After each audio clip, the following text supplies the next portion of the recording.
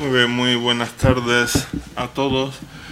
Yo soy Raúl González Fabra, profesor de acá de ICADE y también coordinador de Justicia y Solidaridad, entre paréntesis.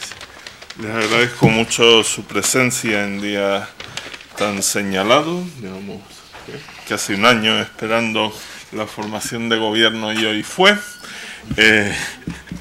Y entonces, bueno, tenemos, felizmente, porque es una coincidencia, ¿verdad? Podríamos estar planeando campañas electorales, quién sabe, pero tenemos gobierno y coincide con el día en que hemos invitado a don Francisco de la Torre a hablarnos de la ciudad, no del gobierno, dentro del ciclo de conferencias que organizan los Centros Fe, Cultura, Justicia de la Compañía de Jesús sobre la ciudad en toda España. Bueno, ustedes tienen el programa de nuestro ciclo aquí en Madrid, probablemente lo han recibido. Esta es la segunda conferencia del ciclo y hoy pues contamos con la presencia del alcalde de Málaga.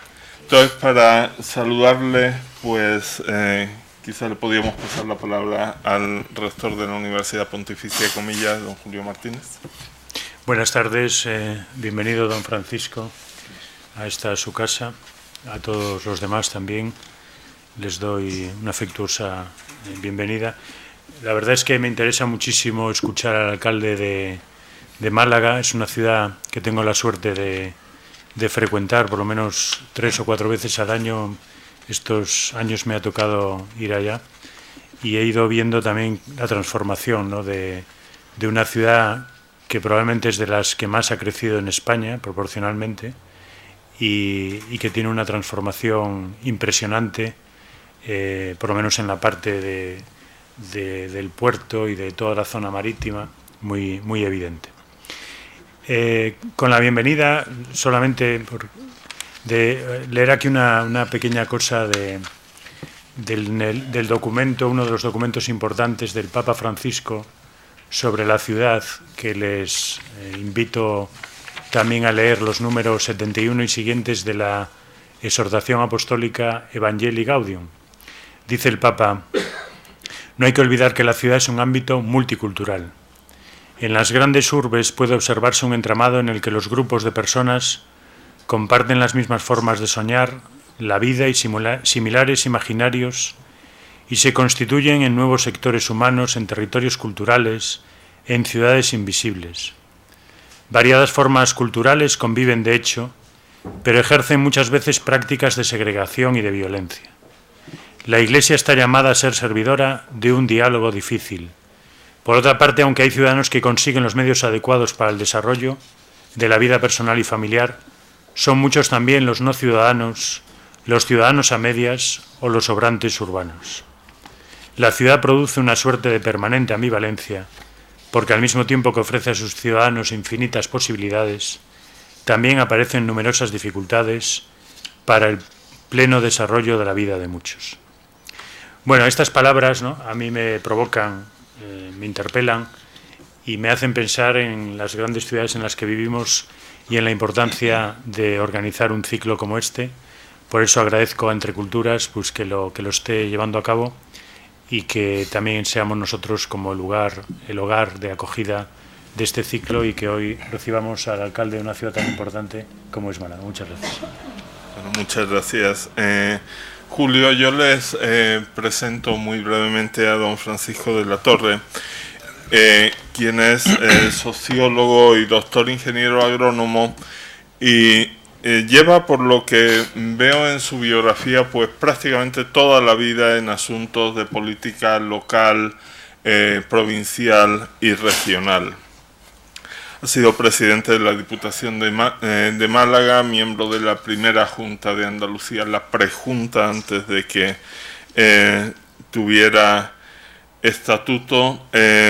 Y bueno, muy fundamentalmente ha desarrollado una carrera en el Consejo Municipal de Málaga, donde fue alcalde primero porque la doctora Villalobos pasó a Madrid, y después ha ganado 3 veces sucesivas las elecciones por mayoría absoluta. Entonces, esa presencia como alcalde elegido y reelegido por una ciudad como Málaga, pues le ha hecho una figura muy importante en la política municipal española, que ahora se complementa con su cargo en el Senado, pienso. No está en el Senado en este momento. Pero no pasa nada, no pasa nada. Esto es un error de lectura, entonces.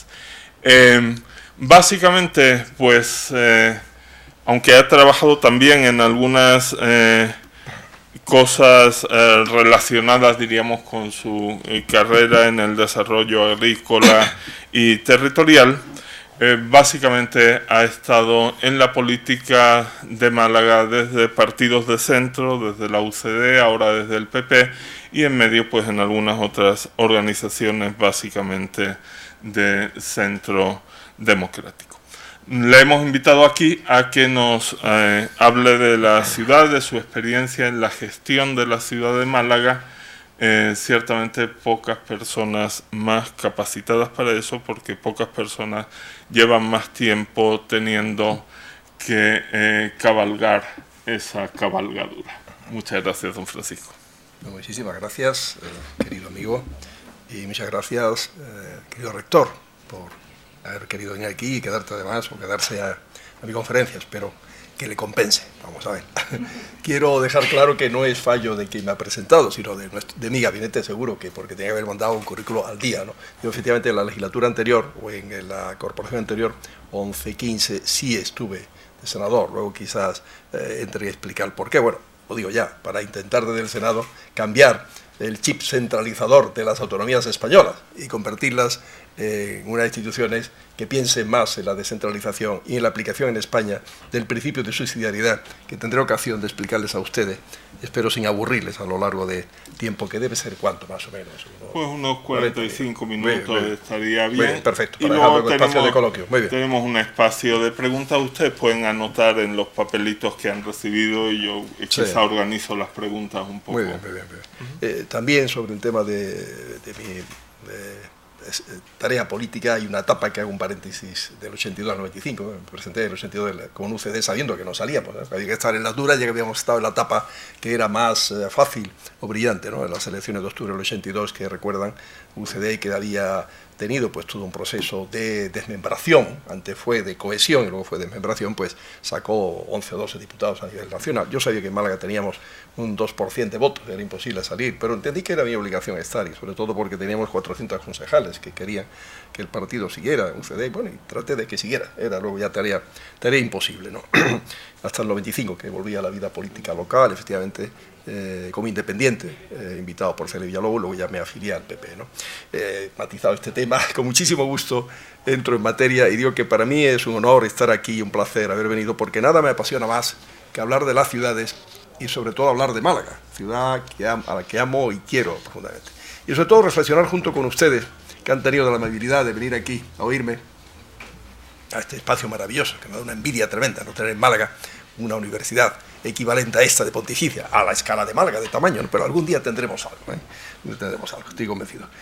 Les voy a reflexionar juntos sobre cómo ha ido el proceso en España, y quiero empezar un poco por esta parte de la transición en su momento y la construcción de un Estado descentralizado, pero incompleto en la descentralización, ¿no? Y qué fallos ha habido en la construcción de una sociedad democrática en nuestro país, ¿no? Que lo hemos sufrido, lo sufrimos en estos últimos tiempos, ¿no? Si nos remontamos a los años 78, 79, se aludía a la etapa de la preautonomía, que fue de la primavera del 78 a la primavera del 79, preautonomía andaluza.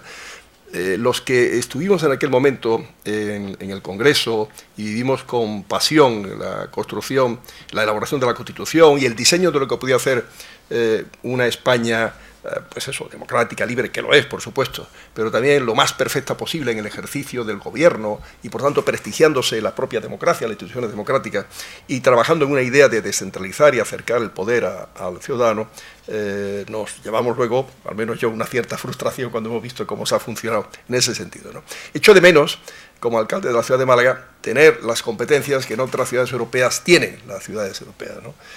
Si vemos indicadores, por ejemplo, del presupuesto de las corporaciones locales, del mundo local, en un país comparado con el PIB, que es un indicador que maneja también organismos internacionales, España está muy bajo, no llega al 6%. Es una comparación, si quieren, un poco anómala, ¿no? Porque presupuesto con el PIB, pero bueno, nos situamos. En otros países del norte de Europa está en el 33, el que más, 25, 20, los nórdicos, donde una estructura regional tiene un buen peso en la administración local. Y eso se nota, lógicamente, en dar respuestas rápidas y cercanas a las aspiraciones de los ciudadanos. Porque el poder local, permitidme que haga esta introducción, es el más cercano, obviamente, y por tanto no tiene sentido que le quitemos, le hurtemos aquellas competencias que de una manera muy natural puede ejercitar un ayuntamiento, sea grande, sea mediano o pequeño. Para los pequeños cabe inclusive que luego las diputaciones le acompañen, le apoyen técnica y técnicamente, diríamos, para complementar lo que no puede hacer el municipio pequeño. Pero muchísimas competencias que han recibido las autonomías desde el proceso descentralizador que empieza en los 80, como recuerdan, pues eran competencias que sin embargo tienen que pasar al ámbito local. Ese principio que he aludido antes de subsidiariedad es un principio que, elaborado en el Consejo de Europa, inspirando la Carta Europea de Autonomía Local, viene a decir que lo que puede hacer un ayuntamiento, hágalo el ayuntamiento y no la región o autonomía o Länder. Y lo que puede hacer el nivel regional, se elabore ahí la respuesta a los temas y no a nivel nacional. ¿Qué es eso? Acercar el poder, acercar las decisiones, llenar de abajo arriba las administraciones, no de arriba abajo pero sin completarlo, que es lo que ha pasado. Aquí hemos llenado el ámbito regional, pero ahí han quedado mezcladas competencias típicamente regionales con otras que son típicamente locales. Podría poner muchos ejemplos, políticas de vivienda, por ejemplo, ¿no? Que al final los ayuntamientos somos los que la hacemos, sin ser obligación nuestra. En Málaga, en 10 años, entre el 2004 y 2014 aproximadamente, hemos hecho nosotros 5.000 viviendas del ayuntamiento y la Junta de Andalucía, que es la competente, es la que tiene la obligación, porque recibió esa transferencia con los presupuestos correspondientes, y no una vez, sino cada año recibe los recursos para ello, hizo 36 en esos 10 años. Y podría poner más ejemplos, instalaciones deportivas, política social, política cultural, donde los ayuntamientos vamos mucho más allá de lo que nos corresponde. Entramos en el ámbito de la propia autonomía. Eso trataba de poner orden, de alguna forma. La ley de racionalización, que recuerdan ustedes del año 13, fue tan discutida, pero trataba de recordar que tiene que estar en el ámbito regional y si pasan al ámbito local tienen que ir con los presupuestos correspondientes, porque lo que ocurre es que los ayuntamientos estamos haciendo tarea nuestra, la típicamente nuestra, y además tarea autonómica. Pero es difícil decir que no a algo que podamos hacer en políticas activas de empleo, aunque la política activa de empleo se transfirió al nivel regional y no ha pasado al ámbito local, ¿no?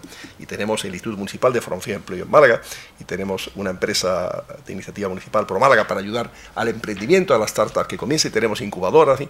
Hacemos aparentemente como una especie de autonomía en paralelo, pero realmente es el poder local que quiere estar cerca del ciudadano, y colaboramos con la propia Junta, colaboramos en el Parque Tecnológico, o sea, eso no nos impide colaborar. Podríamos entenderlo, y habrá ocasión en el coloquio, de ejemplos concretos de esa colaboración, sin perjuicio de que siempre les reclamo, lo hice con el presidente Chávez, con el presidente Griñán y la presidenta Díaz, les reclamo hacer experiencia de esas, aunque sea probando por convenio, de esa descentralización, que hubiera ido muy bien para Andalucía, porque tiene una red de ciudades fabulosa, Andalucía, la mejor red de ciudades de ninguna autonomía en España. Ciudades de tamaño importante como Málaga y Sevilla, Córdoba y Granada son también importantes, pero las demás capitales lo son. Y luego ciudades que no son capitales de provincia, Algeciras, Marbella, Jerez de la Frontera, ciudades medias, que hay una cantidad inmensa en la subbética, etcétera, y el mismo hay el Guadalquivir y también el litoral mediterráneo, que nos hace pensar que tenemos pues un sistema de ciudades desaprovechado para poder potenciar mejor Andalucía. Hay mil cosas que se hubieran podido hacer mejor desde el ámbito local que al ámbito regional. Y sobre todo, queridos amigos, lo que es más importante, el proceso de descentralización desde el ámbito regional, del nacional al regional, hubiera sido mucho más barato haciéndolo así. Porque los servicios centrales que se han hecho en las autonomías, el ejemplo de Andalucía es clarísimo, con grandes edificios, miles de funcionarios, hubieran sido mucho más reducidos. No hubiéramos necesitado tener servicios centrales para la política de viviendas, hubiera estado transferida a los ayuntamientos, que tenían en aquel momento ya sus arquitectos, sus servicios capaces de dar respuesta a esos temas, ¿no?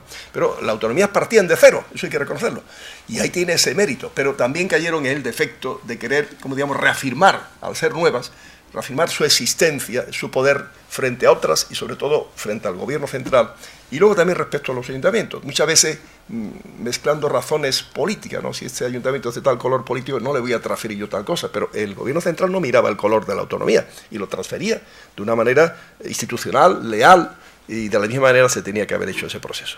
Bien, dicho esto, y recordado también que se debía haber hecho, pues, efectivamente, para este tema un pacto de Estado, para que todo ese proceso hubiera estado, como digamos, impregnado de esa filosofía descentralizadora hasta el último detalle, a lo largo de los muchos años en que el gobierno fue trasladando, no digo desangrándose, pero sí trasladando competencia y presupuesto a nivel regional, bajo esa óptica de llegar y llenar el ámbito local.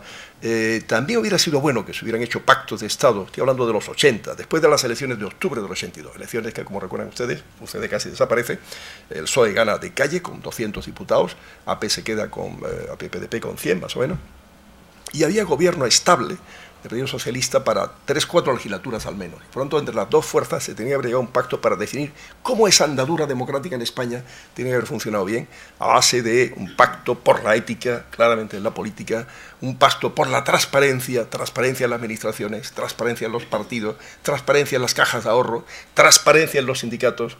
Todo eso hubiera sido fabuloso, queridos amigos. Hubiéramos llegado a tener una democracia en España de prestigio, una democracia sólida, fuerte, bien implantada, donde la gente hubiera conservado su confianza plenamente en las instituciones democráticas y su confianza también en los políticos, en la gente que tiene la responsabilidad del gobierno y de la administración, ¿no? Y un pacto respecto a la financiación de los partidos. Eso fue enormemente grave que no se hiciera, porque nos hubiéramos evitado tantas cosas, queridos amigos, en todos los partidos, de algo que ha funcionado muy mal en España, que espero que algún día funcione bien, con transparencia y con el sentido práctico de decir, bueno, hay gente que dedica el tiempo, dedica su vida a la política como un sentido de servicio al bien común, como debe ser, y hay que entenderlo así, y otros que no tienen tiempo o tienen otra vocación, pues pueden dedicar recursos económicos de lo que gana un profesional o de lo que gana un empresario, pero sin pedir nada a cambio, que es la clave. O sea, nada tiene que pedirse, es como un donativo, como el que lo da a una ONG, no le pide nada a cambio cuando da a una ONG, o se lo da a la Universidad Pontificia, por ejemplo, que seguro que tendrá algunos patronos o algunos gente que colabore, etcétera, etcétera, ¿no? Así debe verse, entiendo yo, este tema, ¿no? Y hubieran las cosas ido mejor, ¿no? Yo cuando he visto en aquellos años de la transición el entusiasmo con la democracia, las elecciones del 77, queridos amigos, que las viví, y es un recuerdo imborrable, fueron un espectáculo maravilloso de convivencia, de respeto, de ir público y votante de cualquier partido a los mítines de otros partidos. La gente tenía ganas de oír y de ver expresarse en libertad distintas opciones. Eso era enormemente fabuloso. Se quedaban chicos los espacios y en las localidades se ocupaban las plazas. Pueblos de 2.000 habitantes y estaban 1.000 y pico habitantes, yo recuerdo Periana, una vez en Málaga, otro Casarabonela, mítines en la calle, con gente que era el pueblo entero prácticamente, ¿no? Y eso pasaba con cualquier partido, en definitiva. Y mítines en Málaga, donde Ruiz Jiménez, me acuerdo, una gran persona que luego tuvo un resultado electoral malo y tal, pero iban a oírle de todas digamos, tipos de planteamientos ideológicos, ¿no? Y luego el entusiasmo con la autonomía, a mí me preocupaba enormemente, ¿no? Yo recuerdo que el 4 de diciembre del 77, que en Andalucía hubo unas manifestaciones muy grandiosas para pedir la autonomía, que era una forma de todas las fuerzas políticas de montar, digamos, y ayudar al nacimiento, fue la Junta Preautonómica de Andalucía, pero eso se hizo en otras comunidades, para equilibrar el mapa, no sé si se acertó o no. Se había vuelto a Tarradella, recuerdan ustedes, y había recuperado la Generalitat su papel institucional en Cataluña, el gobierno vasco en el exilio volvió también, y se trataba desde la responsabilidad de quienes estaban entonces tanto en el gobierno UCD como en la oposición, Partido Socialista, Partido Comunista, etcétera, tratar de que hubiera también un mapa que se fue un poco configurando, que al final fue el famoso café para todos, y no sé si se acertó o no se acertó, porque tenemos ahí toda esa dinámica de problema territorial en España, pero se hizo con la mejor buena voluntad, eso no hay duda.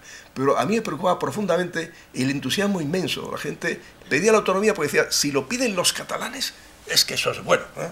La autonomía es como el bálsamo, va a curarlo todo, vamos a ser capaces de resolverlo todo.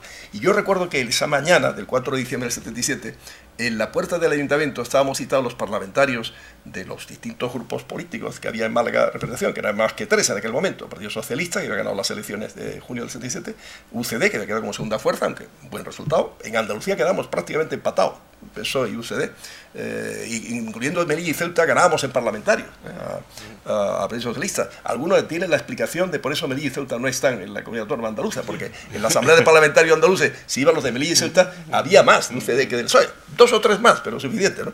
Eso es una anécdota que no sé si responde a la historia o no, pero es verdad que pasaba así. Y si Melilla y Ceuta ganaba el PSOE por 1 o por 2, ¿no? Y Partido Comunista, que estaba también como representante de los 8 parlamentarios que había en Málaga. Estábamos citados para encabezar la manifestación, que fue enorme y grande. Hizo unas declaraciones a Radio Popular, COPE, hoy, en la línea de decir: autonomía significará y va a significar responsabilidad.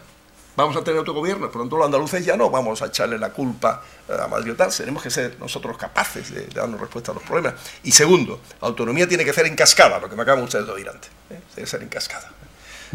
No se puede quedar a nivel regional, esas competencias tienen que llegar, las que correspondan, hasta el ámbito local. Lamentablemente nada de eso se ha hecho, nada de eso y bueno, en el primer punto pues hay una cierta responsabilización, pero en fin, ahí habría mucho que hablar, ¿no? En definitiva, en ese marco de cosas hechas bien pero incompletas, hemos estado trabajando, y yo lo que quiero dejar claro es que creo profundamente en el municipalismo, creo que la ciudad tiene un papel esencial en la vida de los países, que además la población va cada vez más a las ciudades.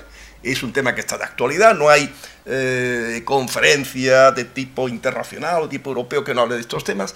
Recientemente, pues en Quito, en Bogotá, en París, etc., siempre se reclama y dice: los temas de medio ambiente, las ciudades tienen que estar trabajando en ello. Todo se plantea, porque es verdad, al final el 80% de la población mundial en muy pocos años estará en ciudades de cierto tamaño, ciudades medias y tal, ¿no?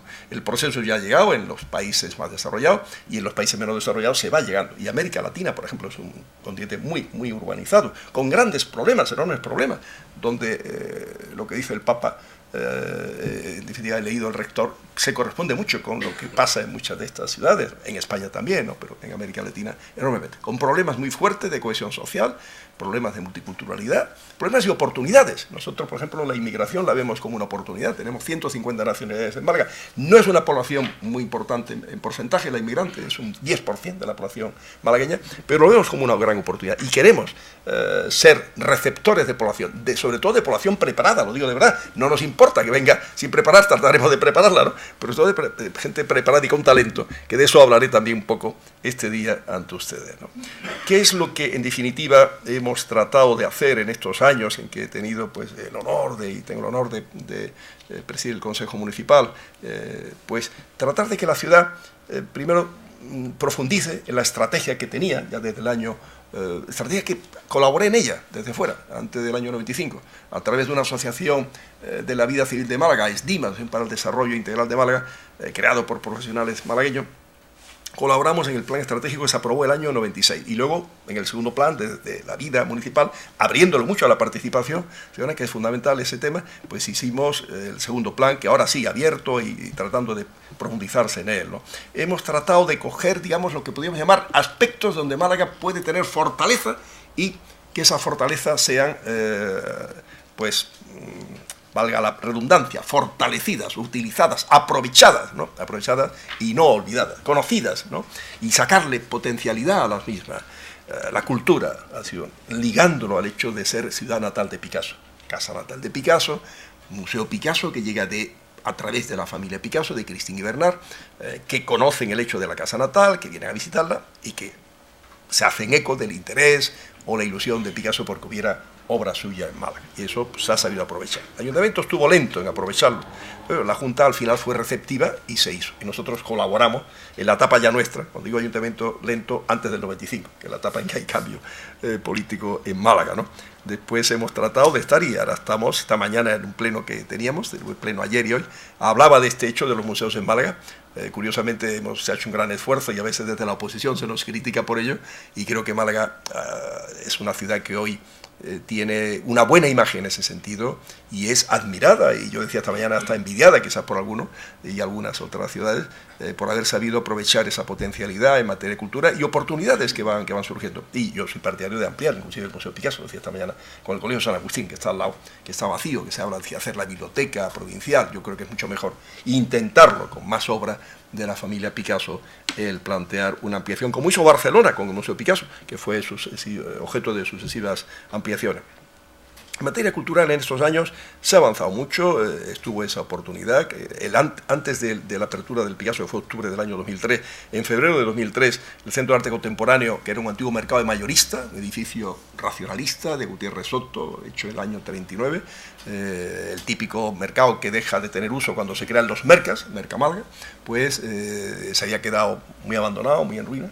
Se rehabilitó ya la etapa de gestión nuestra y supimos encontrar la clave del uso, ¿no? Que es un centro de arte contemporáneo donde las exposiciones van rotando. En 13 años ha habido cerca de 170 exposiciones de gran alcance, coinciden 3 o 4 exposiciones en las dimensiones del centro y con buen prestigio, con gestión privada. Ahí hemos innovado muchas cosas en Málaga. Una de ellas, hay museos municipales 100%, con fundación, donde hay aportación municipal importante, como es el Museo Carmen Thyssen en Bonavisa, museo de gestión privada con aportación sostenido por el Ayuntamiento, pero que es una empresa de gestión cultural la que lo lleva y por lo tanto su responsabilidad y el hacerlo lo mejor posible, y museos como el Picasso, que es de gestión, una fundación donde está la autonomía y está la familia Picasso. Y tenemos museos privados, que son los que más nos interesan, sostenidos por los propios coleccionistas, como el Museo del Vidrio y Artes Decorativas, de un coleccionista madrileño, Gonzalo Fernández Prieto, enamorado de Málaga, y tiene un museo muy bonito en la zona de San Felipe Neri, al lado de la iglesia de San Felipe. Y otro, el Museo Jorge Rando, de un artista expresionista malagueño, formado en Alemania, que tiene obra muy conocida en Alemania, y que está en una zona que nos interesa mucho que se dinamice, el Molinillo, porque los museos al final son oportunidades para potenciar la vida cultural, fomentar el turismo, no cabe duda, la atracción de congresos, la atracción de talento, pero también para dinamizar la vida de la ciudad. Los barrios se dinamizan con los museos. El Jorge Rando es un ejemplo, el CAC, el Centro de Arte Contemporáneo, está en la zona que llamamos del Sojo, desde el Guadalmedina hacia el puerto, y esa zona también ha sido objeto de una política de estímulo con arte urbano, donde tratamos de mezclar la oportunidad del CAD con ese tema del arte urbano.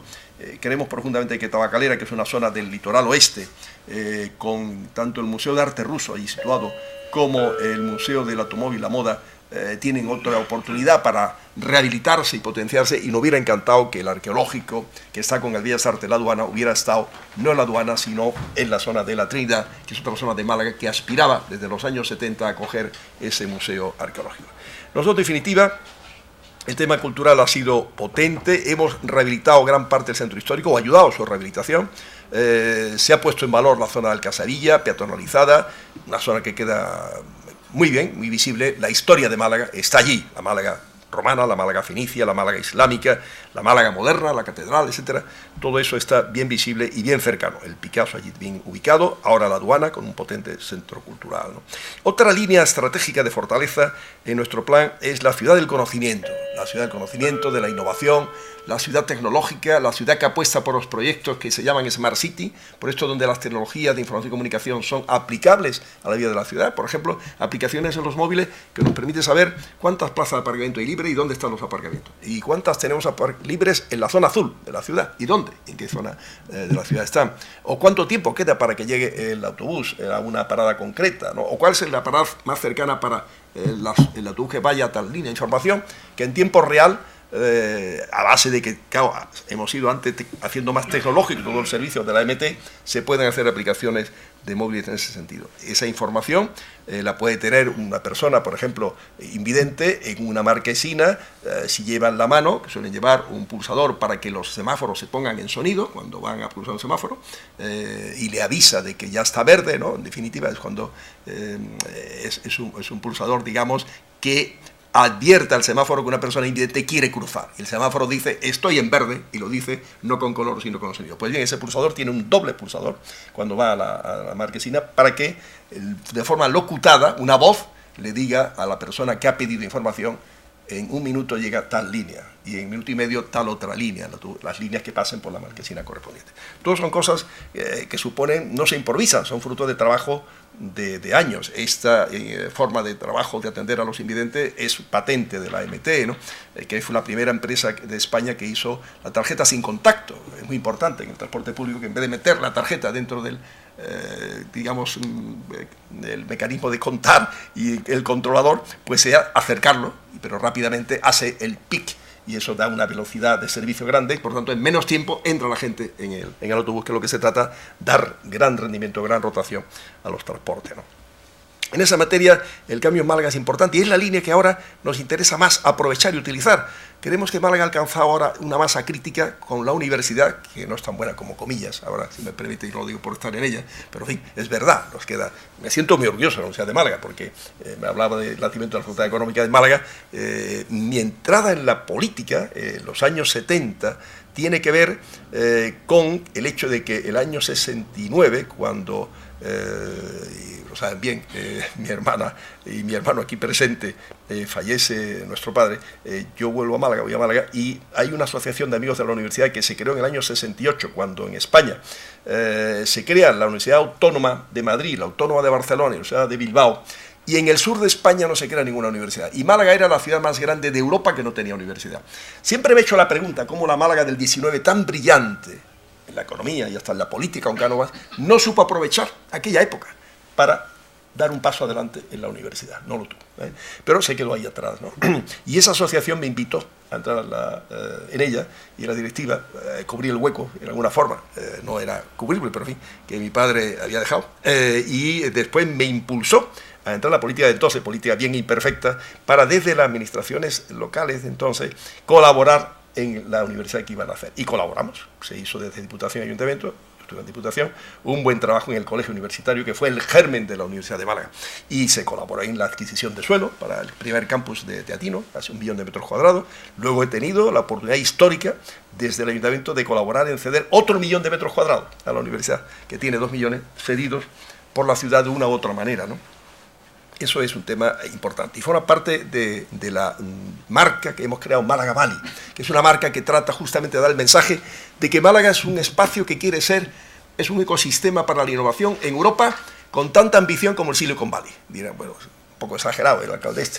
Hombre, no tenemos Stanford, no tenemos Berkeley, bien, de acuerdo, pero iremos teniendo cosas, y vamos a complementar así nuestra universidad, que siendo joven pues tiene cosas buenas, está especializada en informática, en Teleco, de la Escuela de Teleco de Málaga tiene bastante prestigio, esa es la realidad, ¿no? Tenemos un parque tecnológico creado entre Junta de Andalucía y Ayuntamiento que tiene fuerza, tiene prestigio, tiene unas 600 empresas, tiene casi 16.000 trabajadores, empresas pequeñas, medianas, grandes, multinacionales que apuestan por Málaga, con técnicos encantados de estar allí. La ciudad atrae y las empresas saben que apostar por Málaga garantía de éxito.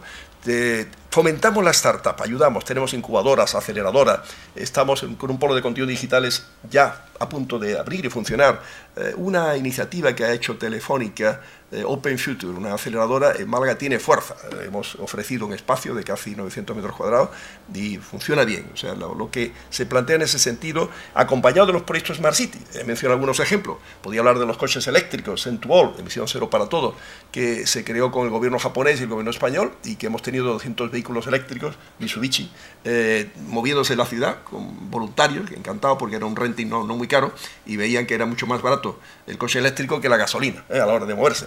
Y con un ordenador pequeño, un sistema a bordo que le permite decirle dónde tiene un punto de recarga rápido libre para poder recargar si lo necesita, porque la única angustia podía hacer que se quedara sin energía. Se ha visto que la mayor parte de los usuarios recargan de noche, en el de recarga lenta en casa, y el de recarga rápida, que es caro de montar y que se montó para eso, lo han utilizado poca gente, una de las conclusiones de ese estudio, y que hace falta luego más puntos. Tenemos la ciudad, tenemos en Fuengirola y Marbella para cubrir el área metropolitana de la costa occidental, pero para poder lanzarse la gente, los taxistas, etcétera, en ese tema necesitamos que haya puntos de recarga distanciados a lo largo de las carreteras, las autovías, hacia Granada, hacia Sevilla, hacia Córdoba, hacia Antequera, Ronda, etcétera, para que haya una movilidad eléctrica, que es una de las apuestas que en la ciudad hemos estado haciendo y queremos hacer, ¿no? En definitiva, impulsar la innovación, el emprendimiento tan necesario en el sur, uno de los déficits que tiene Andalucía, que es ser más innovadora y ser más emprendedora, ¿no? Dentro de lo que es Andalucía, Málaga es quizás vanguardia, es donde más empresas se crean y tal, pero ser cabeza de ratón, si me permiten, no es un consuelo. Queremos ser, estar a cabeza de España, digamos, y competitivo con otras ciudades europeas, ¿no? Luego, otra fortaleza de la ciudad es ser ciudad marítima, estar en el mar Mediterráneo, queridos amigos. Eso es una gran oportunidad para la ciudad, nunca aprovechada bien. Ya quisieran otras ciudades. Nosotros somos puerta hacia el mar de Córdoba y puerta hacia el mar también de Granada, aunque Granada tiene también Motril, ¿no? Y con mucho gusto le invitamos a ellos que vengan, etc. Entonces, lo que no cabe duda es que esa oportunidad hoy está mejor aprovechada que antes. Tenemos paseos marítimos, las playas en un estado formidable, dentro de que nuestra arena no sea perfecta, pero en fin, bien, con nuestros oasis de verdor, etc., palmeras, el espacio de Puerto Ciudad, que era un reto muy importante, se ha logrado bien. El muelle 1 y muelle 2, Paseo a la Farola y el espacio del 2 paralelo al parque, que había ahí pues un proyecto con muchos metros cuadrados de edificación, iban a crear barreras. En mi etapa de alcalde dimos un giro, reducimos de una forma sustancial, se redujo la edificabilidad. Algunos piensan que quizá demasiado, pero yo creo que hemos quedado un Paseo a la Farola precioso con una vista sobre la ciudad maravillosa, y lo que queda debajo, comercio, restaurantes, etcétera, con un equipamiento cultural en la esquina que el año 2004 se lo exigía al puerto, le exigí ese equipamiento cultural y nos lo han entregado los concesionarios, luego lo hemos completado nosotros, que es donde están ahora el Centro Pompidou de Málaga, de 6.000 metros cuadrados, decía el convenio aquel, tiene 7.000, se ha cumplido realmente, y le pedimos también al puerto en aquel convenio el suelo para un auditorio, asignatura pendiente en Málaga, que está en la plataforma de San Andrés. Los malagueños que aquí están me entienden perfectamente, a la margen derecha del río Guadalmedina. Ese tema es para hablarlo largo rato, por qué no se ha hecho el auditorio y qué ha pasado al final, ¿no?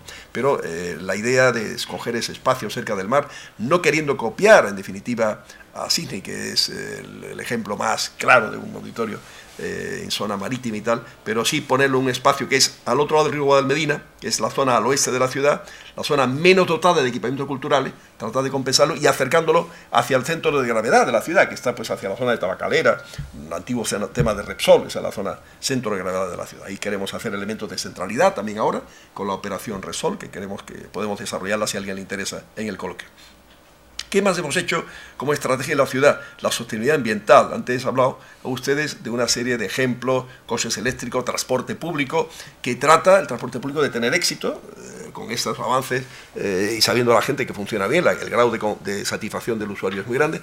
Y hemos creado también una red de bicicletas, todo eso es caro, 400, queremos subir ahora a 1.000 más, con 20 y tantos puntos de bases donde puede, con la tarjeta del bus, ser acceso gratuito a la bicicleta. Ya veremos cuando hagamos 1.000 si lo podemos seguir haciendo gratuito o no, porque eso vale, cada bicicleta me parece son 3.000 euros al año de mantenimiento en cuanto a moverla, porque ya se pueden quedar en tal base y luego hay que equilibrar el movimiento, hay que cuidarla, hay que reparar lo que algún que otro vándalo a veces pues produce en la bicicleta, o alguien que se lleva algo, etcétera. Pero en esos temas de las bicicletas hay que fomentarlos, evidente, forma parte de la estrategia de sostenibilidad ambiental. Hemos firmado el Pacto de Alcaldes, ya del año 9, en Bruselas, compromiso de reducir el 20% para el año 2020 en las emisiones de CO2, poner energía renovable en la ciudad, ahorro energético con redes inteligentes, contadores inteligentes, un proyecto Smart City. Hablé antes del Centuol, que es el que se hizo con Endesa. Endesa tenía la posibilidad de montar una experiencia de redes inteligentes y contadores inteligentes, red inteligente que si se corta por un lado tiene servicio por otro,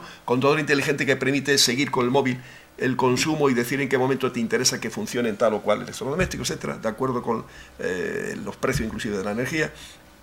Y la propia Endesa eligió Málaga como una ciudad donde había un espacio nuevo, la zona oeste de la ciudad, con público joven relativamente interesado en hacer viviendas nuevas en este tipo de avances y con unas instalaciones relativamente nuevas también, ¿no? Pero fue un proceso muy interno, ¿no? muy limpio, por tanto, no era de influencia política de ningún sentido, y un proyecto del cual nos sentimos muy orgullosos. Tanto Centuol como el Smart City Endesa han sido muy visitados, lo que yo llamo el turismo tecnológico. Misiones oficiales políticos, técnicos de países de América Latina, de otros países de Europa y tal, que han ido a verlo, ¿no?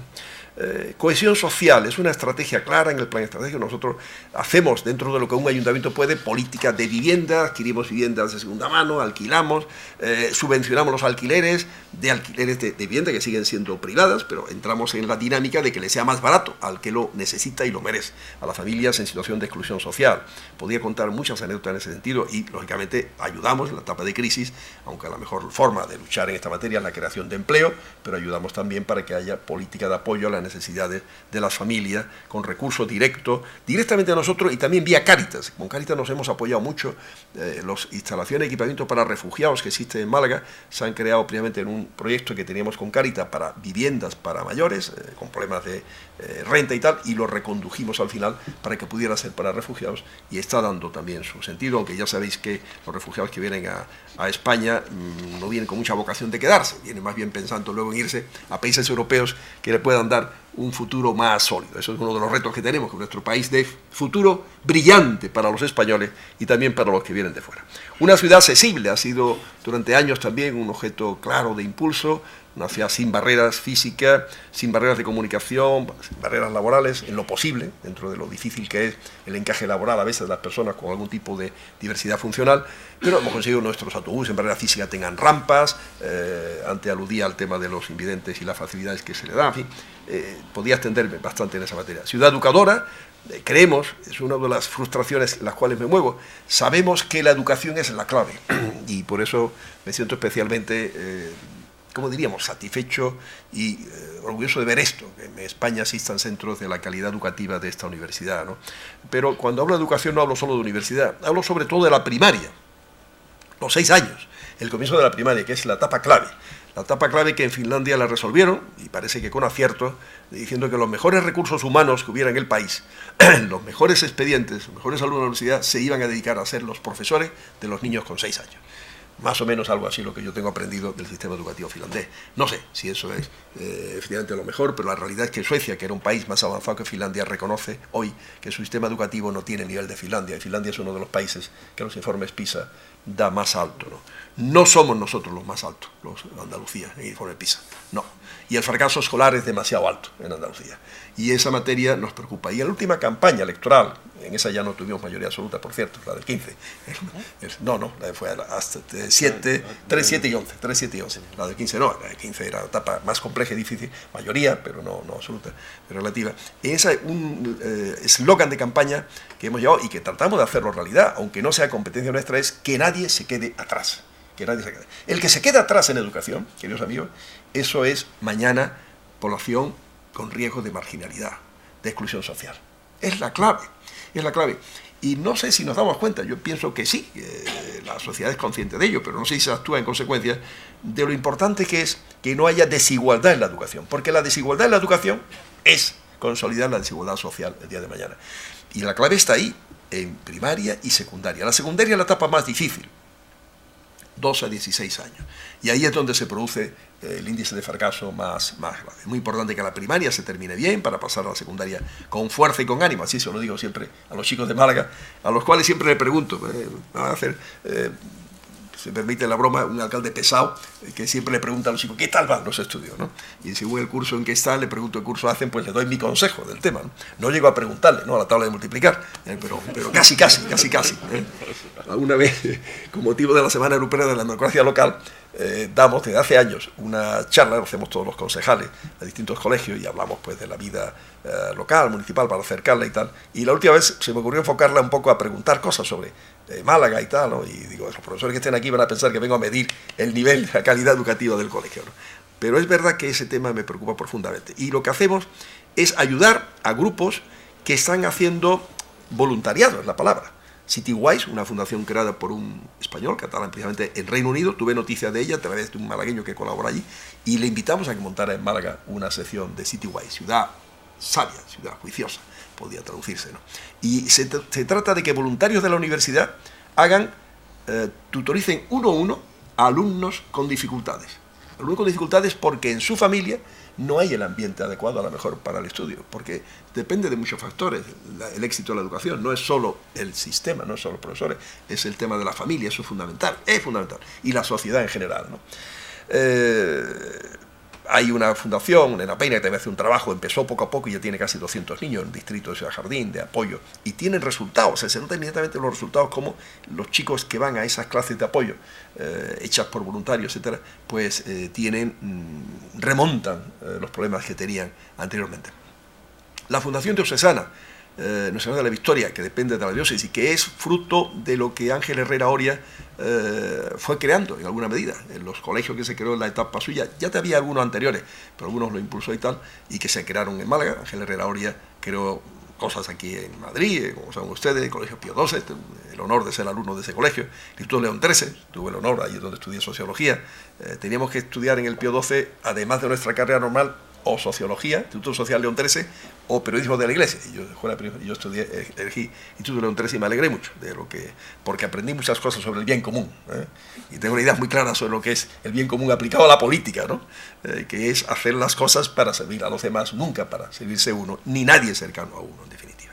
Pero ponía el ejemplo de la Fundación Diocesana, Nuestra Señora de la Victoria, porque allí aplican el sistema parecido al de City Wise, que alumnos de cursos superiores de secundarias tutorizan y ayudan a primaria, 1-1 también, o desde el último curso de primaria a los primeros. O sea, desde que llegan al colegio encuentran, cuando es necesario, una mano amiga que les va a apoyar. Y lo bueno del caso, según la experiencia, es no solo el efecto positivo para el que es ayudado, sino para el que ayuda, el grado de responsabilidad y de madurez que alcanza.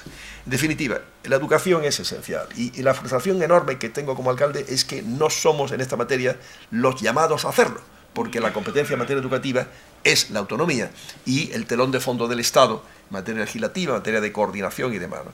Pero creo que el día que en España, cuando sea, será complejo eso, se pueda hacer, tendremos un motivo más para que las ciudades, permitidme esta expresión, que la digo en sentido positivo, compitan noblemente por hacer las cosas lo mejor posible. Las ciudades sentiremos entonces la responsabilidad, o sentirán entonces, vamos a hablar en términos impersonales, en tercera persona, la responsabilidad de decirme, he de preocuparme porque se juega aquí el futuro de Málaga, y Granada y Almería, todo está en definitiva, y cualquier municipio, ¿no? Creo que eso es vital y esencial hacerlo. Es un poco cambiar el chip, porque no estamos acostumbrados a eso. Permitidme una anécdota. Cuando he estado en reuniones con alcaldes de partido y de otros partidos, de Federación de Municipios, etcétera, siempre me he encontrado que piden recursos pero no más competencia. Y yo siempre he pedido recursos con competencia, o competencia con recursos. No más competencia, Paco. Yo lo que quiero son más recursos para hacer lo que hago. Yo siento la responsabilidad de tener competencias, con los recursos correspondientes, evidentemente, para dar respuesta a lo que mi ciudad, nuestra ciudad y su gente necesitan y quieren, y debemos de ayudar. Podría decirles muchas cosas de logros y retos, pues ese es el título, pues he tratado de enmarcarlo un poco una reflexión sobre cómo el momento político actual y una cierta evolución desde la transición hasta ahora, ¿no? Pero si fuéramos al título, y yo fuera fiel con el título puesto aquí, logros y retos, algunas cosas he hablado de lo que hemos hecho en materia de cultura ligado al turismo. Somos la ciudad que más ha crecido en turismo urbano, pero una diferencia importante sobre Barcelona, que es la siguiente, en crecimiento. Bien, es verdad que en cifras absolutas Barcelona va por delante de nosotros, ¿no? Porque lleva muchos años en esta materia, porque Málaga en materia de turismo hace unos años no existía prácticamente. Los hoteles de Málaga estaban en Torremolinos, y Torremolinos fue amputado. Bien, es verdad que pidieron la independencia, pero fue amputado. Desde Málaga decían que con mucha alegría por parte de la Junta, porque así Málaga no superaba a Sevilla. Pero bueno, eso era una broma, quizás una exageración. Pero es verdad que Málaga se quedó sin hoteles, porque el Miramar en aquella fecha estaba cerrado, cerró el año 68, y la separación de Torremolinos fue en los 80, ¿no? El Málaga Palacio había abierto, y ha celebrado ahora 50 años, y era el hotel prácticamente así más representativo que había en Málaga. Hoy ya Málaga tiene 13.000 plazas hoteleras, ha cambiado radicalmente.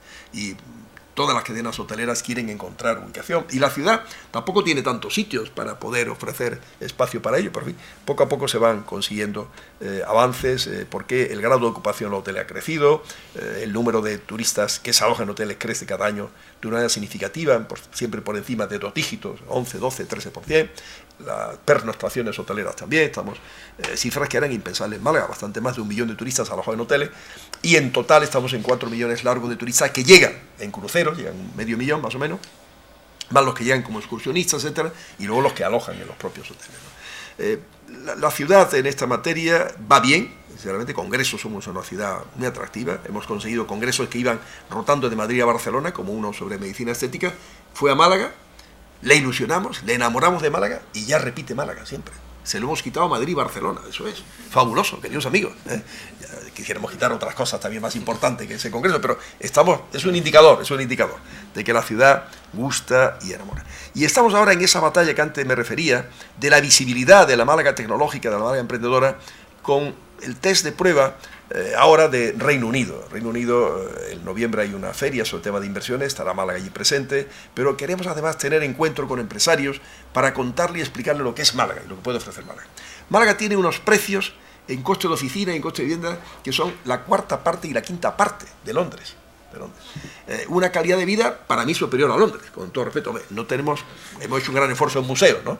Lo he resumido de una manera rápida y no llegamos evidentemente a la National Gallery ni al British Museum, ¿no? Por cierto, si hubiéramos hecho el arqueológico que pretendíamos en la Trinidad, mi idea era un acuerdo del arqueológico con el British y un acuerdo del Bellas Artes que hubiera quedado holgadamente amplio en la aduana, los malagueños me siguen, con el Prado. Eso era lo que personalmente yo he soñado. Los sueños, ¿no? Como es aquí, soñamos la ciudad y la construimos juntos. Pues esto es lo que he soñado y lo que sigo soñando, y espero que podamos hacer de alguna u otra manera, ¿no? Pero decía que comparándonos con Londres igual no somos mejores que ellos en museos y en vida cultural en conjunto, pero también es incómodo Londres, porque ir a las cosas de allí, y en Málaga lo tenemos un poco al alcance de la mano. La comodidad de poder movernos en una ciudad de 600.000 habitantes y tenerlo fácilmente. Que Málaga y sol. Eso más el clima, evidentemente. Más ver el mar, más ver que yo no en Londres cuando he ido, ahora iré al Market un día, el lunes nada más estoy, la vengo enseguida de noche porque tengo un encuentro con Loyola, por cierto, en Málaga, importante, la Universidad Loyola, que está implantada en Andalucía. Tenemos un encuentro el día 8 que, bueno, un paso más que vamos dando para colaborar juntos, ¿no? Pues nunca he visto puestas de sol, no sé cómo son, no sé si tiene lugar, supongo que sí, que el sol se pone allí y sale, pero en Málaga lo veo salir todos los días, porque me levanto temprano a pasear por el paseo marítimo, y no lo veo de ponerse porque estoy de despacho trabajando a esas horas, y no veo. Pero cuando puedo verlo, bien desde Málaga o bien desde Benajarafe hacia la bahía y tal, Málaga tiene una luz y unos coloridos en su puesta de sol extraordinario. La luz de Málaga ya fue valorada por Ortega y Gasset, que fue alumno del Palo, brillantísimo alumno del Palo, como que respondía a las capacidades de Ortega y Gasset, ¿no? Y escribió pocos años después de haber dejado el Palo un artículo preciosísimo donde hablaba de que había sido príncipe, porque son en fin, los títulos que los jesuitas daban entonces a los números 1 del colegio y tal, el imperio de la luz, y hablaba de unos términos absolutamente maravillados de esa luz estupenda de Málaga. En definitiva, la calidad de vida, la gastronomía, la amabilidad de la gente, la forma de vivir que podemos dar, en eso es extraordinario. Voy a terminar esta intervención, para pasar al coloquio, con una anécdota que me pasó exactamente, me acuerdo el día porque iba a la inauguración, que fueron muy amables en invitarme, del nuevo Museo Picasso de París. Eso era el año 14. Surgió ese compromiso de invitación porque estábamos ya muy avanzados en la negociación con el Pompidou, y da la casualidad que Brigitte Leal, una de las personas importantes del Pompidou, fue directora del Museo Picasso de París unos años atrás. El Museo Picasso de París estuvo cerrado unos años con unas obras de renovación importantes, y lo inauguró nada menos que Hollande, el 25 de octubre, siempre se busca esa fecha, la fecha del nacimiento de Picasso de ese año, 2014. Y yo el 24 salía del aeropuerto de Málaga, el día anterior, por eso me acuerdo con precisión, porque era del 25, es muy fácil para mí recordarlo, y dos ingenieros belgas de una empresa multinacional situada en el Parque Tecnológico Oracle, como queramos decirlo, que trabaja en temas de software para empresas, me reconocieron y me abordaron en el momento en que vas a pasar el control de equipaje. Y me dijo: alcalde, queremos decirle que somos, me dijeron, que trabajamos en Málaga y queremos darle nuestra opinión de la ciudad. Lo que yo oí de estos chicos, sentí mucho no llevar a alguien que lo hubiera grabado. Con el entusiasmo que hablaban, los elogios hacia Málaga, la mejor publicidad que puede irse de Málaga. Todo le parecía bien en Málaga. Y uno lo definía diciendo: es que Málaga es una ciudad completa. Una frase que me impactó. Y es verdad, ¿verdad? Hay pocas ciudades que pueden ofrecer tanto, tan bien y en unas condiciones tan buenas en cuanto a precio. Un poco lo que quiero decir, ¿no?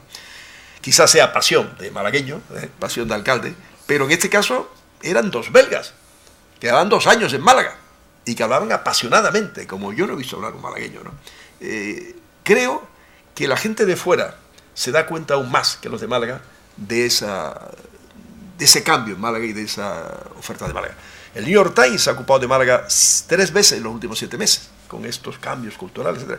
Y puedo jurarle a ustedes aquí, estoy en comillas, que el juramento es una cosa seria, obviamente, piensen ustedes, que para nada nosotros tuvimos que ver en qué fuera un periodista del New York Times. Fue por su cuenta, ni sé quién fue ni cuándo fue, pero salieron las crónicas muy elogiosas, muy positivas. Fina Fiantay habla de Málaga como una ciudad atractiva para invertir. El Eurobarómetro nos considera la mejor ciudad española en calidad de vida. Eso ya en opinión de los propios habitantes. Y pienso que los de fuera nos valoran mejor que los propios habitantes. Los indicadores son positivos. Estamos con pasión, con fuerza, con ilusión. Y lo que tenemos es que conseguir que sea conocido que Málaga es un buen paraíso para vivir e invertir. Tenemos un libro, español-inglés, que dice Málaga to live to invest, para trasladar todos estos datos económicos, resúmenes, etcétera, que yo he tratado de hacerlo a ustedes lo más llevadero posible dentro de la velocidad a veces con la que he hablado, porque quiero decirle muchas cosas y no sé si al hablar con esa velocidad he conseguido dejarlo bien claro los conceptos de la idea. Pero por si algo no ha quedado claro, yo estoy dispuesto a estar con ustedes hasta el límite de la hora que nos permite el horario de aquí, de comillas, en este centro Alberto Aguilera, para las preguntas que quieran hacerme. Bueno, muchas gracias. Muchas gracias.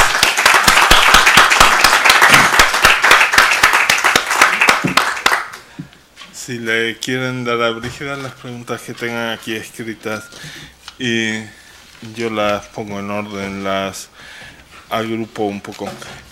Yo tenía, para mientras hago ese trabajo que requiere que esté mirando las preguntas, en realidad tengo un par de preguntas previas, las dos cuales son difíciles, pero le voy a hacer la más urbana. Hay otra que es más política quizá, y si me queda tiempo la hago. La hora tope son las 9, eso es bueno, no es cuando esto cierre ni cuando... Exacto. Es las 9, una hora razonable para que todo el mundo pueda volver a su casa. Muy bien. Usted sabe que una discusión que está en curso en la ciudad de Madrid es la discusión entre lo público y lo privado. Que no es una discusión meramente relativa al actual equipo de gobierno municipal, sino que, por ejemplo, el Tribunal Superior de Justicia de Madrid echó para atrás la privatización de la gestión sanitaria en 6 hospitales que hizo el gobierno de Ignacio González, y ahí el gobierno sigue siendo del PP. Es decir, que mientras que usted nos ha hablado sobre todo en el área cultural, que uno pensaría en principio parece un área donde es difícil hacer dinero, que hay museos privados, hay empresa privada, ¿cuál es el argumento base que ahora está usando aquí, por ejemplo, algunas personas, no la alcaldesa, pero alguna otra gente del actual equipo de gobierno? Sí. Es una empresa privada, está para ganar dinero. ¿Y a costa de quién lo ganan? Pues de los ciudadanos de la ciudad. Ahorramos si remunicipalizamos, por así decir, o al menos evitamos la tendencia a privatizar la gestión. Usted, la sensación que me ha dado, sobre todo cuando empezó a hablar de Málaga en la primera parte, en la parte más cultural, es que ustedes van exactamente en la dirección contraria. ¿Qué ventajas? No exactamente, no. Somos muy eclécticos. Tenemos ahí, en el caso cultural, todo tipo de casos, de experiencia, ¿no? O sea, el CAC es gestión privada, pero con un presupuesto que es muy inferior, ahora han bajado, pero muy inferior al que tenía el Centro de Arte Contemporáneo de Sevilla, que es autonómico. Ahí se repetía, en Andalucía se ha repetido el modelo de Madrid, que es instituciones en Madrid pagadas por todos los españoles, y en Andalucía, en Sevilla, pagada por todos los andaluces. Me permite que haga esta especie de analogía, ¿no? Yo creo que es bueno que hagamos un poco de cierta responsabilización, ¿no? Bien, el IBAM de Valencia también, el MACBA de Barcelona, equivalentes al nuestro, con presupuesto 3 y 4 veces mayor, siendo públicos, ¿no? O sea, y no garantizaban que hubiera un mejor servicio. Normalmente en esos intentos o en esos proyectos donde puede haber gestión privada se trata de ahorrar, efectivamente, no de que cueste más. Ahora, hay que buscar ese equilibrio de garantizar de que al final, con los recursos que se gasten, la eficacia no baje, sea igual o mejor si la gestión es pública. un tema difícil. Nosotros en gestión pública lo que tratamos de hacer las cosas con la máxima excelencia y calidad. O sea, tenemos varias empresas, hablado de la MT, tiene 500 puntos de FQM. Aquí los que haya en el mundo técnico de ingeniería saben el mérito, lo difícil que es en calidad llegar a ese nivel, ¿no? No sé si las universidades os planteáis llevar a esos niveles también de someterlo a control de calidad, que es, en definitiva, lo tenemos nosotros últimamente la Escuela Pública de Seguridad, la Escuela de Seguridad Pública del Ayuntamiento de Málaga, la SPAM, ha tenido un premio en Cartagena, India, que tuve el honor de ir a recogerlo, una paliza que me pegué, porque un viaje en turista, yo hago los viajes en turista, no solamente en el AVE, sino también en avión, aunque sean 7.000 kilómetros o 9.000 kilómetros, y lo hago de siempre, no es cosa de la nueva política, de siempre. No me tiene que dar lecciones ningún político de ahora respecto a ese tema. Tengo muy claro que hay que ser austero en la política y gastar lo menos posible. Pues nos dieron ese premio porque efectivamente había conseguido los 500 puntos y se presentó a unos premios que una fundación Fundicep, que está creada en el marco del encuentro de empresarios paralelo al encuentro de jefes de gobierno y de Estado, la cumbre número 25. Y es una demostración del interés que ponemos en los temas de calidad. Gestrisan, que es el organismo de recaudación nuestro, también tiene 500 puntos de FQM. O sea que buscamos, y tiene premios de la Acción Española de Evaluación, la EVAL, ¿no? O sea, creemos que lo público hay que prestigiarlo, evidentemente. Pero si hay algo que funciona bien en el plano privado, ¿por qué vamos a decir que no? Si funciona bien. Nosotros tenemos la empresa de agua pública, hemos tenido oferta de ser adquirir gente interesada en adquirir nuestra empresa de agua en la etapa de la economía bollante. Todas las grandes empresas de servicio de España han pasado por allí y lo hemos mantenido como pública. Ahora, si hubiera sido privada, pues seguramente tendría una plantilla más reducida, pero no sé si la calidad hubiera sido igual, exactamente igual, ¿no? Hay que procurar que, siendo público, la clave está para mí en que las empresas públicas, los organismos públicos que tengamos nosotros, tenemos que hacer esa transparencia que antes decía, máxima. O sea, convenios colectivos de nuestras empresas, transparentes, negociados con transparencia. Y eso no se ha hecho, casi nunca. Y por eso al final las empresas públicas a veces pueden costar más que la empresa privada. Y al final repercute en el bolsillo del ciudadano, ¿no? Pero creo que cabe una apuesta por lo público compatible con aprovechar la eficacia, la inteligencia, la capacidad y la innovación que tiene el sector privado y echarlo a competir y ver resultados. Si lo que hay que hacer es ver qué ocurre con un ayuntamiento, porque además se dan circunstancias de lo más curiosas. Instalaciones deportivas en Barcelona, ciudad gobernada por partidos de izquierda desde la transición, desde el primer momento, gestión privada. En Madrid, gobernada mayoritariamente por centro-derecha, gestión pública. En instalaciones deportivas, situaciones de lo más curioso. En Barcelona, la limpieza, gestión privada, Fomento. Nosotros tenemos una empresa mixta de limpieza y ahora tenemos un cierto debate municipal sobre, ahora cumple el año 17, y qué hacer con el nuevo. Estamos abiertos, he hecho oferta a los sindicatos de plantear que pueda ser gestión pública con una reducción salarial, porque la empresa de limpieza se presta vía presión, ¿me entendéis con la presión lo que quiero decir?, a subir salarialmente por encima de otros niveles salariales, ¿no? Entonces hay una diferencia con el personal municipal equivalente como de un 20%, plantea una reducción, que luego se puede recuperar vía productividad. El problema es cómo medir esa productividad, ¿no? Que sea de una forma no conflictiva, que no tengamos conflictos cada X tiempo, hay que evitarlos en ese tema, ¿no? Pero si no sale esa cuestión, pues seguramente iremos a empresa privada en ese caso, pero 100% privada, no mixta, porque esta mixta actual, que tenemos 49% nosotros y 51% privado, era así de siempre, la etapa anterior al PP también. Nosotros hicimos un pacto societario con los privados el año 2002-2003, después de una huelga muy dura que tuvimos con gestión de ellos, de los privados, porque los privados al final, si ahí los sindicatos piden más y hacen huelga y tal, trasladan el problema al que paga, al cliente, que somos nosotros. Y la responsabilidad nos la pasan también, ¿no? Entonces tratamos de conseguir la gestión nosotros, aún con el 49, a base de garantizarle el 1% de beneficio. Pero en el fondo era como una municipalización encubierta. No sé si me seguís. Porque gestionamos, responsables de la gerencia, del ayuntamiento, de buscar al gerente, y de la gestión, y de la calidad que hubiera. Si usted quiere tener más calidad y gasta más dinero, gástelo, pero como el ayuntamiento pagaba subiendo según el IPC, y los gastos podían ir más deprisa que el IPC, ese déficit es el que había que asegurar que no se produjera, porque si no la empresa quebraba, no sé si me explico, ¿no? Es un tema siempre a debatir, ¿no? Pero si hay buena fe, si hay buen sentido en los temas, tanto si es gestión pública o privada puede funcionar bien. Hay ejemplos en transporte público, hay siempre es público. Por ahí hay ciudades que tienen empresas de transporte privado y funciona aceptablemente bien, y suele costar menos, con contratos, programas y tal, ¿no? Las más difíciles son transporte, limpieza. Agua no es compleja, ¿no? Pero la limpieza es donde es más difícil cómo hacerlo, de tal manera que no se dispare la factura, sea por una forma u otra, ¿no? Muchas gracias. Aquí una de las preguntas se refiere al turismo masivo, que yo entiendo que ese es, o ha sido históricamente más un problema de Torremolinos, de Fuengirola y de, ¿no?, que de propiamente Málaga, pero hay que restringirlo. Crea, desde luego, un problema en el momento de Barcelona, es donde está el gran conflicto político. ¿Crea más problemas a los ciudadanos que el beneficio que trae? Vamos a ver, hasta ahora tiene más beneficio que problema. No hemos entrado en la crisis de Barcelona, ni mucho menos, ¿no? Queda un recorrido. Pero hay que estar atento a ese tema, ¿no? Por eso es bueno que haya nuevas centralidades culturales y turísticas, no sé si me explico. Gastronomía, oferta cultural no solo en el centro histórico, motivos para que el turista pueda, digamos, expansionarse, ¿no?, desenvolverse en un espacio amplio. Nuestro centro no es muy grande, nuestro centro tiene 400.000 metros cuadrados, el centro histórico civil. Tenemos unas áreas complementarias que suman otro tanto y que tienen motivaciones para ser visitadas, pero ya con menos fuerza, evidentemente. Entonces nos importa que haya el proyecto de Tabacalera, el Hotel Miramar en el Seste y su potencia de Malagueta hacia Pedralejo y El Palo, también.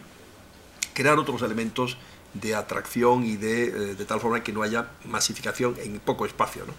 Pero yo creo que la pregunta va un poco en la línea de lo que ha pasado en Barcelona, lo que pasa en Venecia. Venecia tiene una densidad de turismo que, claro, para la gente se puede convertir, para el que vive en la zona donde el turista va, puede haber. Pero ese problema lo genera más que el turista, el propio malagueño que disfruta de las mesas en la calle, los restaurantes, etcétera, ¿no? Claro, una ciudad como Málaga, con un clima tan agradable, es muy normal que ese espacio. Entonces, ahí hay que buscar un equilibrio de que el éxito no sea tan grande que moramos de éxito, ¿no? De que no haya el ruido, hay que luchar, controlarlo, crear un diálogo. Estamos en ello, no es fácil, entre empresarios de hostelería y los vecinos que viven, ¿no? Es un tema complejo, es uno de los retos que nos queda por conseguir, que podamos ahí. Ahora, sobre el tema de la gestión privada del museo, quiero dejar claro que algunos privados que hay son costeados por ellos. Yo encantado. El Museo del Vídeo y Arte Decorativa y el Museo Jorge Rando son mecenas que lo hacen. De eso yo quisiera tener 10. Eso es estupendo. Eso no van a pedir el déficit. No hay problema. Ninguno. Muy bien. Otra pregunta se refiere a la situación de la ciudad de Málaga en la provincia. Sí. Podríamos extenderlo, o yo lo extendería a la autonomía también. Muchas gracias. Lo extendería a la autonomía, o sea, el emplazamiento. Claro, sí. Somos conscientes. Málaga es realmente grande. Sí. Málaga está bien articulada hoy. Yo recuerdo los años 80, y hay que decir la realidad, es que el año 83 hubo un plan general que tardó en elaborarse, que es que la ciudad no quería que hubiera rondas. La ciudad, los arquitectos que definían el plan general, son amigos míos, los conozco, no voy a decir los nombres, se equivocaron. Y la ronda los malagueños me siguen, no estaba dibujada. El ministerio no podía hacer una ronda que rodeara Málaga y Málaga no fuera un tapón. Recuerdo un compañero mío agrónomo que veraneaba en los años 80, era director general en la etapa de Felipe González, veraneaba en Almuñécar, y cuando el fin de semana se iba al aeropuerto, dice, yo no sé si salí con 4 o 5 horas, porque no sé cuánto tiempo voy a tardar en llegar al aeropuerto de Málaga. Tiene que pasar Torre del Mar, Rincón de la Victoria, que no había la ronda. Málaga sin ronda, era una carrera de obstáculos, y Málaga era un tapón, un auténtico tapón. Yo me acuerdo, yo trabajaba en el edificio negro en esa etapa del 82 al 95, edificio negro, es un edificio administrativo en la zona del polígono de Alameda, y aquello se convertía en un lío de camiones que querían salir hacia el norte de la ciudad, pasaban por el eje central, porque no estaban hechas las rondas. Y hubo una oferta el año 1981, gobierno de UCD, de un ministro, que era Luis Ortiz, ministro de Obras Públicas entonces, que le dijo al ayuntamiento de Pedro Aparicio, primer alcalde democrático, yo tengo un gran recuerdo de él, un afecto hacia él, pero los asesores suyos técnicos no estaban por la labor, que le decía, deme el suelo que tenga el ayuntamiento, que el ministerio expropia todo y hace la ronda. No se hizo caso, porque estaba esa teoría. Al final, en el año 86, hubo un convenio entre ministerio y ayuntamiento, y el ayuntamiento tuvo que poner el suelo. Todavía estamos pagando nosotros algunas expropiaciones cuando han sido recurridas a los tribunales, hacer los enlaces, etcétera. Y el ministerio hizo la ronda, pero tuvo que colaborar, y en aquella ocasión se perdió una oportunidad. Pero quiero decir que esos años se perdieron para esa conectividad. Esa conectividad hoy está bien hecha, que hay que prever con más tiempo nuevas conexiones que pasen desde la zona de Vélez a Fuengirola, como una ronda súper a la que ya está, y eso permite que articule bien el territorio, ¿no? Procurando, por otra parte, potenciar el transporte público. Hace falta que el ferrocarril de la costa, que llega a Fuengirola, pues llegue a Marbella, a Estepona, para hacer un papel ahí bien, ¿no? Y el cercanía del Valle del Guadalhorce también. Es fundamental que el transporte público permita articular, para no apoyarse solo en el transporte privado. Es evidente, estamos hablando un poco de lo público y lo privado, pues aquí igual, ¿no? Es un debate permanente y tal. Y luego en Andalucía tenemos muy claro que Málaga puede desempeñar un papel, pues es articulador del Mediterráneo andaluz, ¿no? Ahí me viene a la memoria también, en los años 80, como el plan de autopista 8491, elaborado por Madrid con el acuerdo con la Junta de Andalucía, penalizó a Málaga, porque la autovía del Mediterráneo, que estaba prevista de los años 60-70, me saludaba la señora Marzo, hija de Paco Marzo, cuando Paco Marzo estaba en la Confederación, entonces había los planes de saneamiento integral, que todavía están por terminar, parece mentira, han pasado casi 50 años, y eso si hubiera sido transferido a los ayuntamientos estaría hecho hace muchísimos años, esos temas. Y los planes de autopistas a nivel nacional, que había el del Mediterráneo, terminaba pasando por Málaga en Algeciras. La duda era si venía Almería, Málaga por la costa, o si pasaba por Granada a Málaga, no sé si me sigue, Murcia, Granada y bajaba a Málaga. Pues bien, esa autovía del Mediterráneo se transformó en la A92, camino de Sevilla y del Algarve. Del Mediterráneo nada, ¿no? Y nos quedamos fuera. Nosotros, para Málaga hubo una autovía hacia Pedrizas, y ahí moría, y luego la Ronda del Rincón y una de peaje hacia Marbella, la que se hizo de peaje, ¿no? Después se cambió, se rectificó. Almería, que había quedado descolgada, se le hizo autovía desde Murcia, y ahora se ha terminado la autovía del Mediterráneo. Ahora se ha cerrado la herida que había en el Mediterráneo andaluz sin tener. Era el único espacio del litoral español que no tenía la autovía completa, ¿no? Ya se puede ir de Málaga a Almería sin bajarse uno de autovía, por la costa. Antes había que ir por Granada, ¿no? Entonces ya estamos en condiciones de articular territorio. Es fundamental que los transportes y las definiciones se produzcan. Tenemos unos programas de colaboración con Sevilla, Córdoba y Granada que han surgido para el tema turístico. Una poca, modesta colaboración, pero es algo para hacer una oferta conjunta. Una marca, que es Alma de Andalucía, Andalucía Saúl, para vender el producto conjunto en mercados lejanos, en Japón, en Estados Unidos, de tal manera que ese turista que cuando recorre 10.000 kilómetros dice, hombre, yo no voy a estar por un día o dos, va 7 o 8 días, tenga aquí una oferta potente. 4 ciudades tan magníficas como Málaga, Granada, Córdoba y Sevilla unidas, eso compite con ciudades alemanas, con ciudades italianas, miro a Luis Calvo que conoce muy bien todos estos temas de la oferta de las magníficas ciudades de Italia, etcétera, y que podemos competir con otros espacios europeos fuertes, ¿no? Y es un primer camino para seguir colaborando. Yo hace tiempo que planteé esta idea al alcalde anterior de Sevilla, no hubo respuesta, porque creo profundamente en esa colaboración. Sería más eficaz y fecunda si tuviéramos más competencia. Sería magnífico. Hay muchas cosas que hacer. Compartir experiencia, ver. Antes hablábamos de la comparación de los servicios, público y privado, de ciudades con otras. ¿Por qué unas puede ser más eficaz que otras? Copiar unos de otros, aprender unos de otros. Hay tantas cosas que compartir y aprender. Y en esa línea estamos abiertos a trabajar juntos. De hecho, hay una pregunta aquí que se refiere a eso mismo. Es una pregunta, es así para soñar la ciudad. ¿A qué ciudad de tamaño similar le gustaría que se pareciera a Málaga? Pues no hay ninguna como modelo ideal. Hombre, yo creo que tenemos componentes parecidos en parte a Niza, en parte. Pero somos, yo creo, más seria que Niza. No sé si me explico, ¿no? Niza tiene un parque tecnológico potente, pero está en Niza y otros municipios, Sofía Antípolis, ¿no? Que fue fruto del empuje de Pierre Lafitte. Yo lo relaciono con un libro que escribió Servan Schreiber, que era el director del Express en los años 60. Yo entonces estudiaba en Francia, 76. Y leí ese libro, El desafío americano, le decía americano.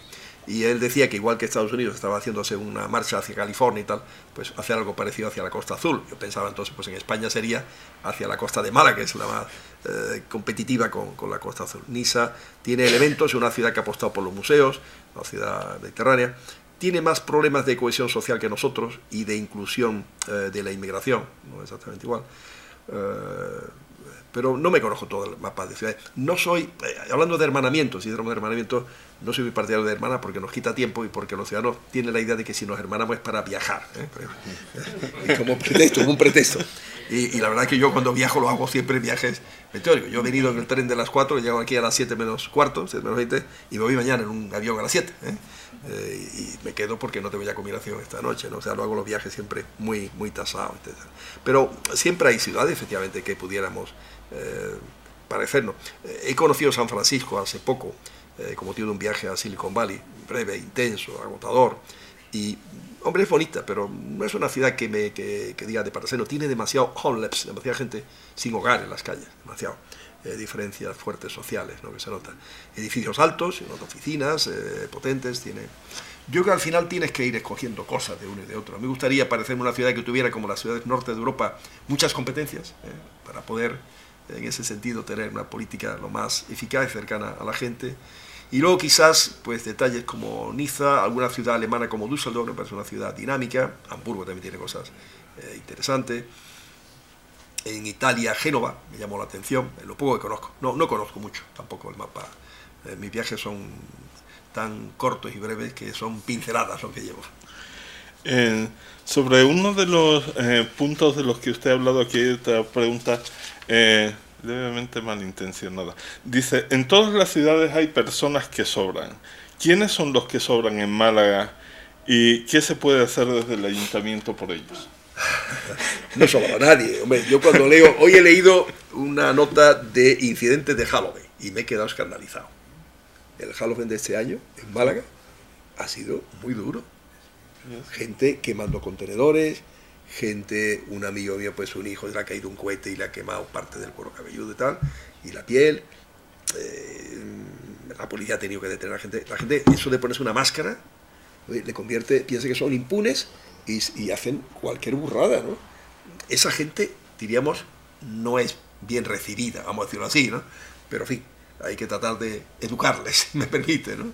Te llama la atención que haya esa especie de potencial gamberreo o vandalismo en algún público. Puede pensarse también que no es gente de Málaga, ¿no? Porque cuando en feria hemos tenido algún problema, que siempre lo hay, inevitablemente, te das cuenta de cómo viene gente de otros municipios del entorno, ¿no?